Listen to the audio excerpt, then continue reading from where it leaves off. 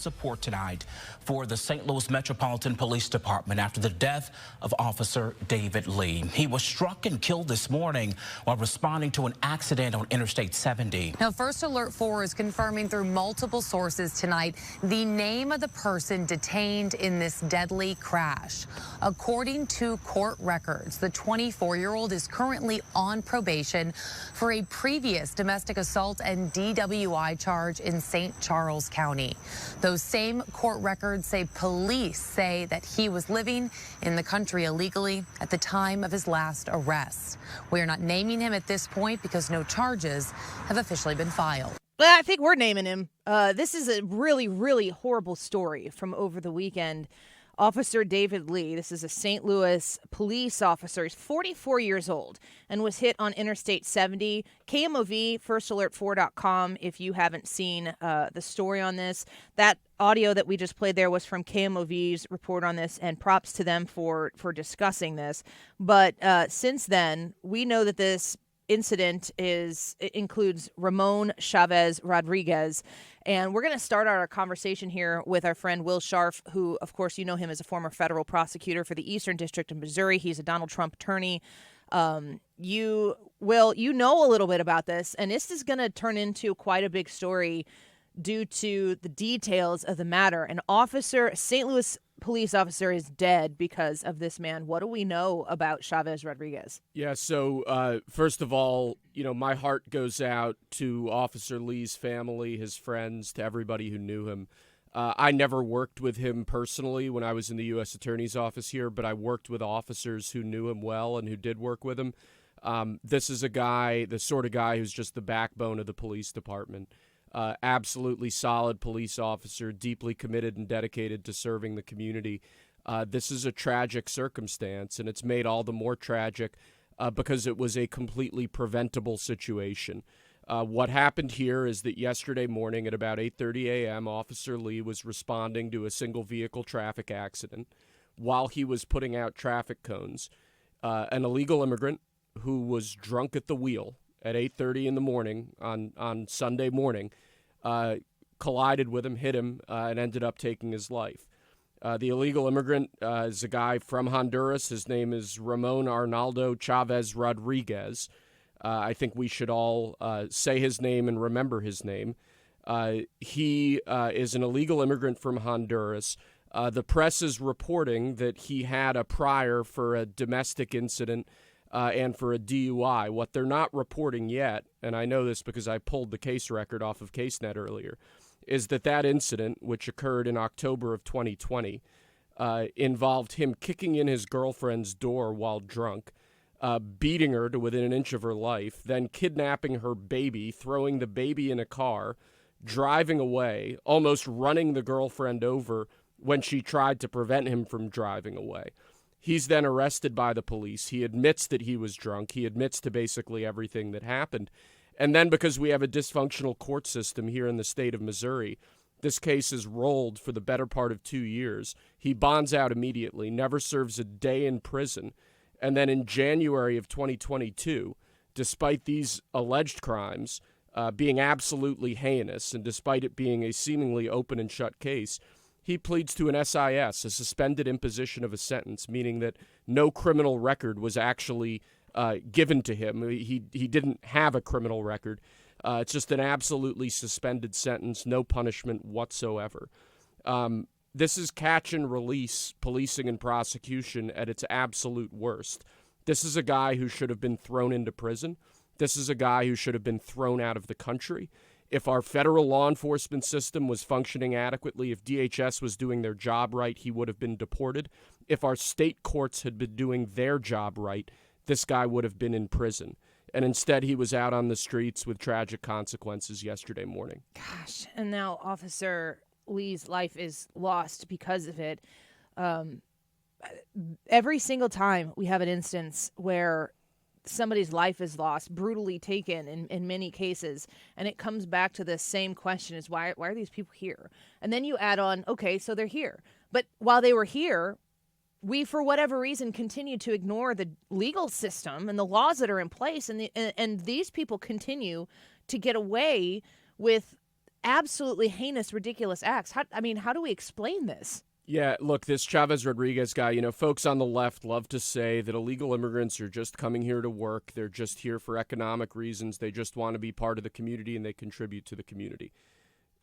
That's a general statement. Here we have a specific case. And in this specific case, this guy, Chavez Rodriguez, entered the country illegally, was bonded out, then committed heinous crimes while he was here, and yet was allowed to remain in this country.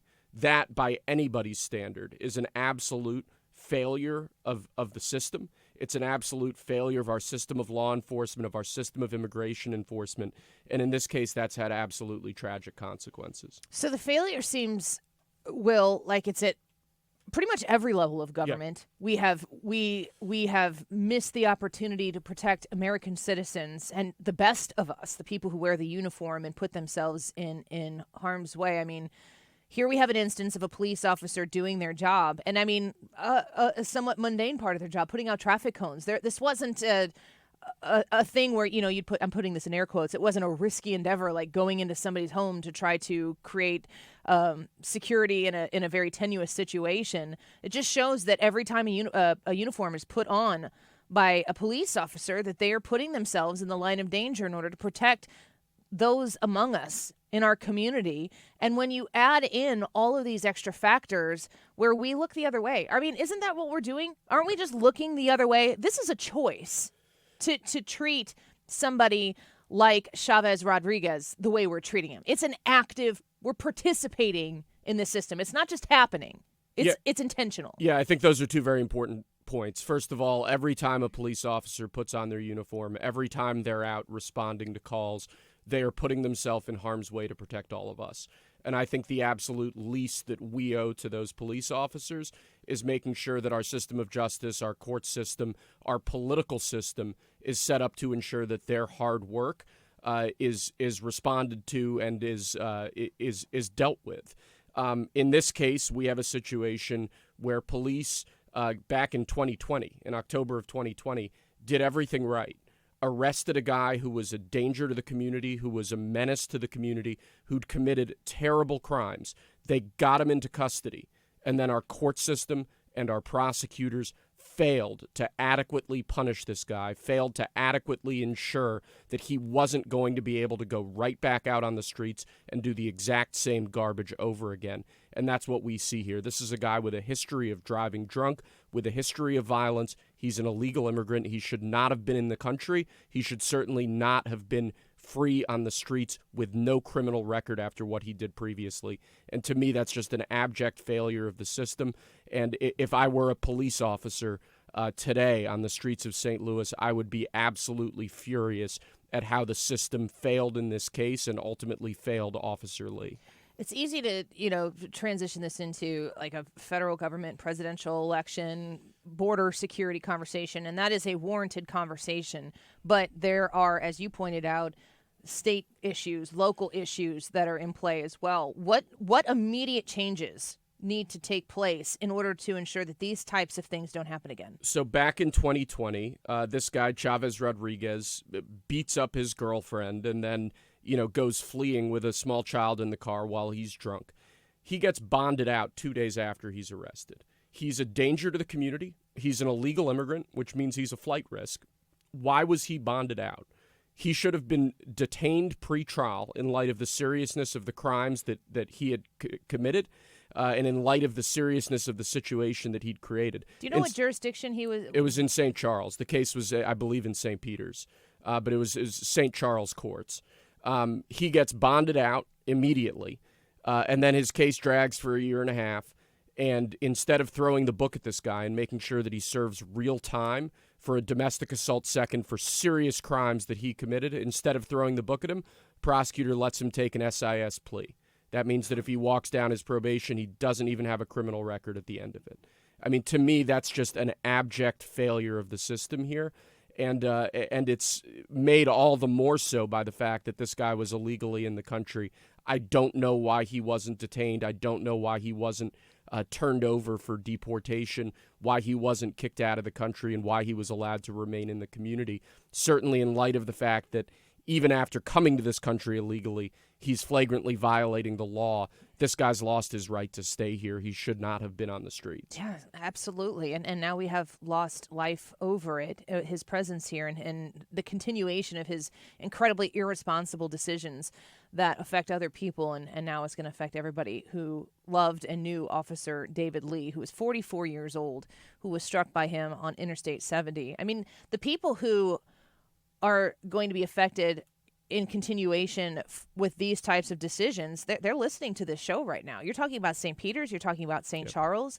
I mean, if I'm living in those areas, I'm looking around for, like, who do I need to talk to? Who do I need to fire and elect somebody else? Where do I go to make sure that people understand that in our community, we want it to be safe and secure, and when these bad guys show up, we want law and order to do what it's supposed to do, which is to keep the bad guys from hurting the good guys. Yeah, look, call your state legislators, call statewide office holders, call the people with political power in this state, and tell them that you want bail reform, that you want truth in sentencing laws, that this endless revolving cycle of suspended sentence after suspended sentence after suspended sentence, which allows some of the most violent criminals in our communities to remain on the streets for years and years and years, it has to stop. This is a symptom of a much bigger problem. That problem is that we here in Missouri do not take violent crime seriously from a public policy perspective, and that has to change if the state's going to have a bright future. So sad. It's so sad. One of these stories after the next where, if it's important to identify the fact that if Officer Lee were hit by anybody who was driving under the influence, that the tragedy of his lost life is no greater or less. I mean, the loss of this life while this man was serving is of paramount importance for the people of this community to respect and to be grateful for and to pray for this family.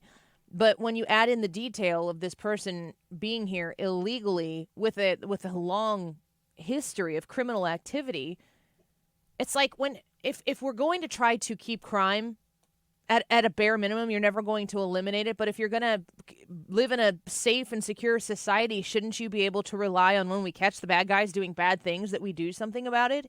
And there's just a climate. I mean, we're talking about 2020.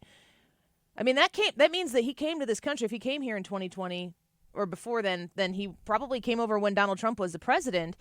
So it's not like you can throw this on the president's responsibility to completely close down the borders, but it's just proof that it's always been a problem. It needs to be addressed. It can't be ignored. And when we ignore it, as we have for the last 3.5 years, we're going to have more Officer David Lees. And they might not be police officers. They might be kids.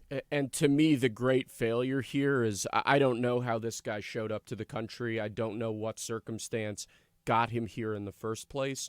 But I do know that by 2022, when he's pleading guilty to serious felony offenses that have elements of violence, there's absolutely no excuse for allowing an illegal immigrant with that sort of a profile to remain on the streets and to remain in the country. Yeah. And that's a failure of federal law enforcement. I think that's a failure of our local courts and our local law enforcement system. It's a real problem. I obviously have very strong views about the presidential election. More than that, though, I have very, very strong views about law and order and the need for the law to be upheld and enforced. And in this case, as with so many others involving illegal immigrants that we've seen around the country, the law quite simply is not being enforced, and that needs to change. I completely agree with you. We've got Will Sharf in studio with us. He's a former federal prosecutor for the Eastern District of Missouri. He knows a bit about prosecuting crime.